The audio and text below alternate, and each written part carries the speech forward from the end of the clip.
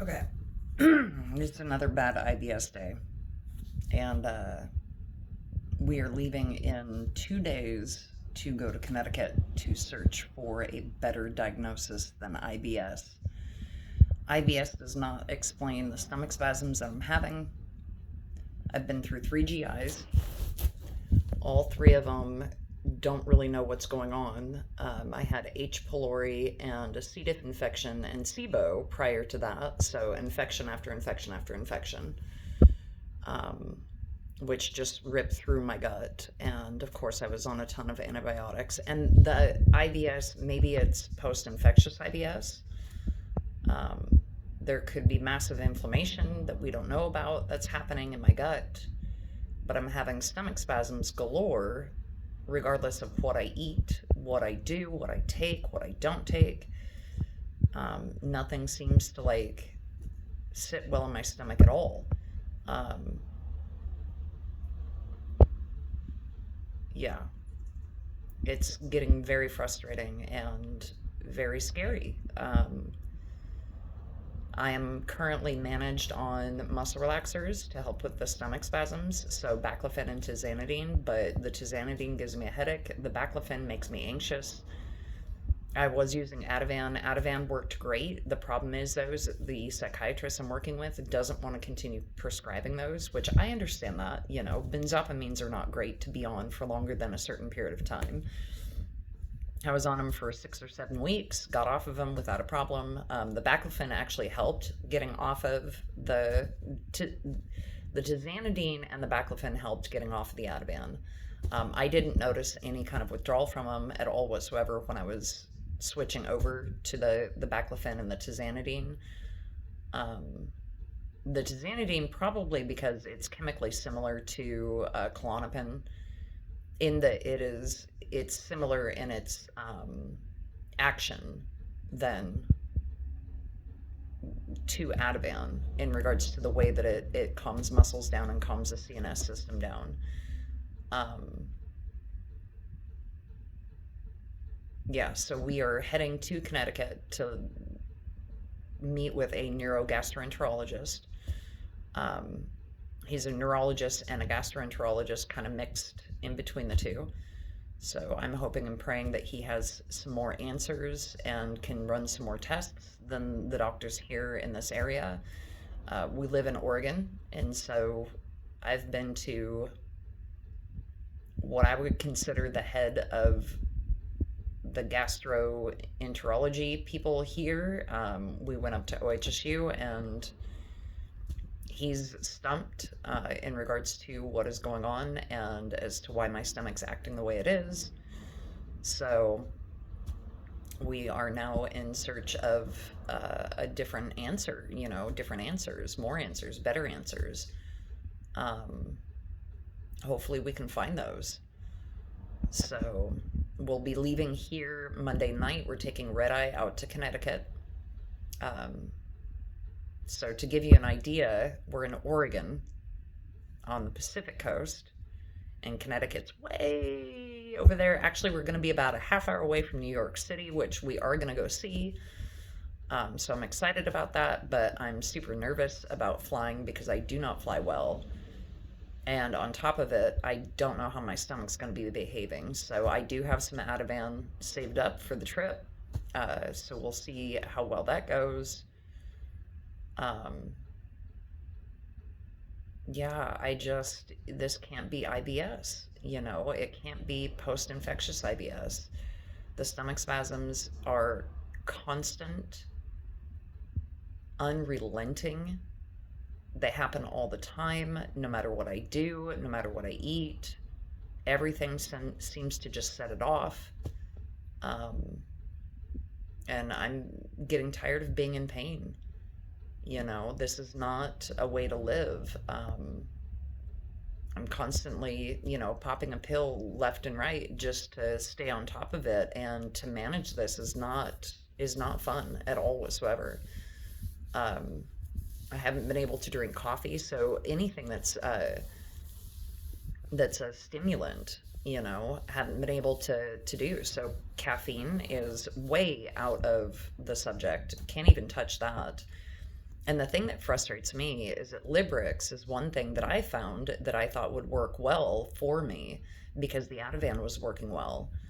But not one of the three GIs that I've been to want to prescribe that. And none of them actually, I think, even have prescribed it to begin with.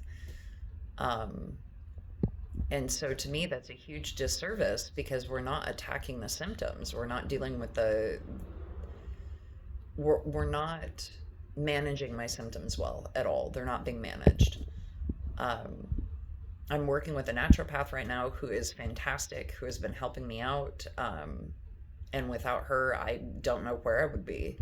Because quite honestly, like the only thing that is keeping me here from going completely insane and from being in pain 24/7 is the muscle relaxers.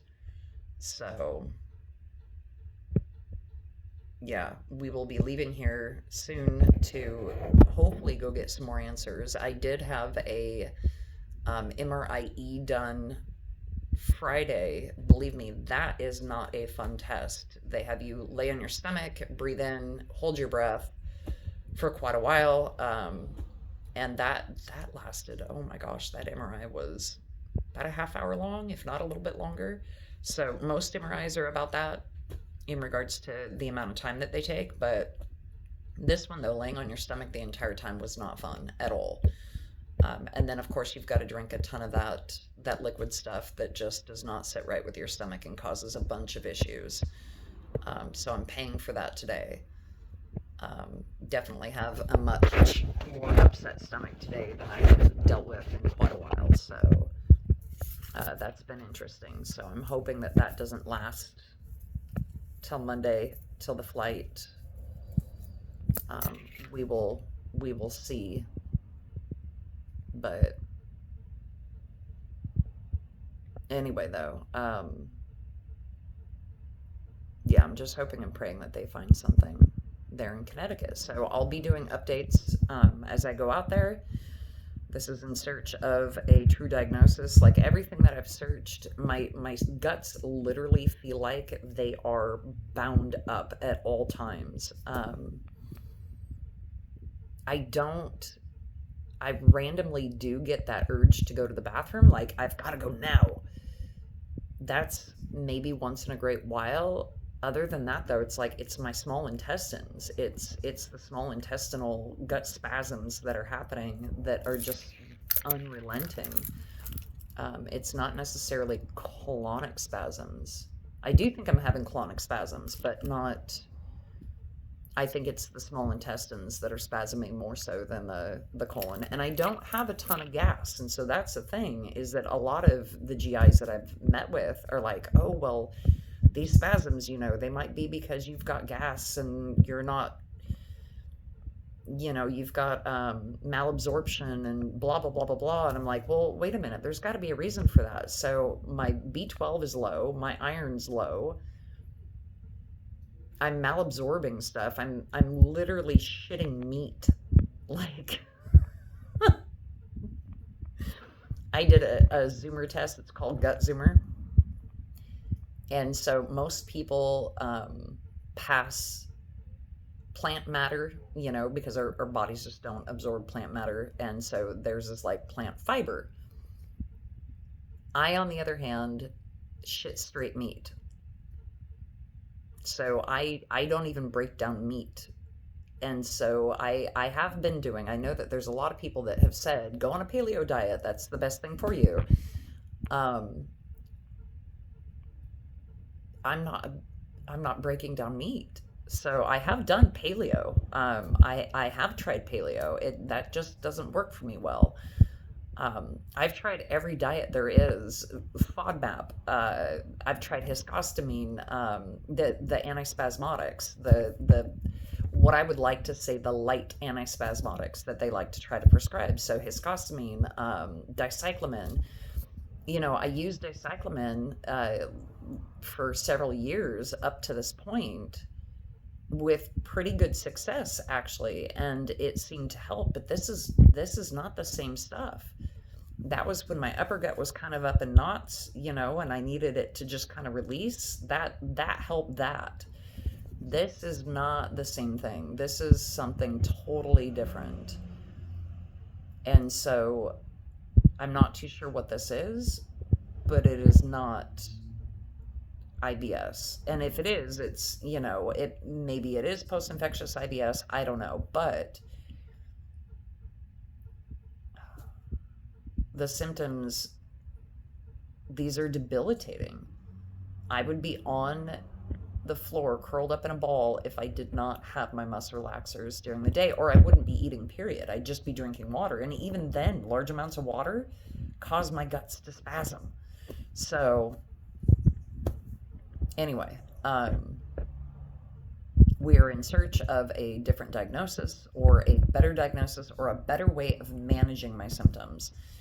And so I will be sending updates as we get to Connecticut and start getting through some testing. And let's pray that this guy's got a better way of managing this and has, some better answers for us. So here's to IBS BS, because I don't think this is IBS.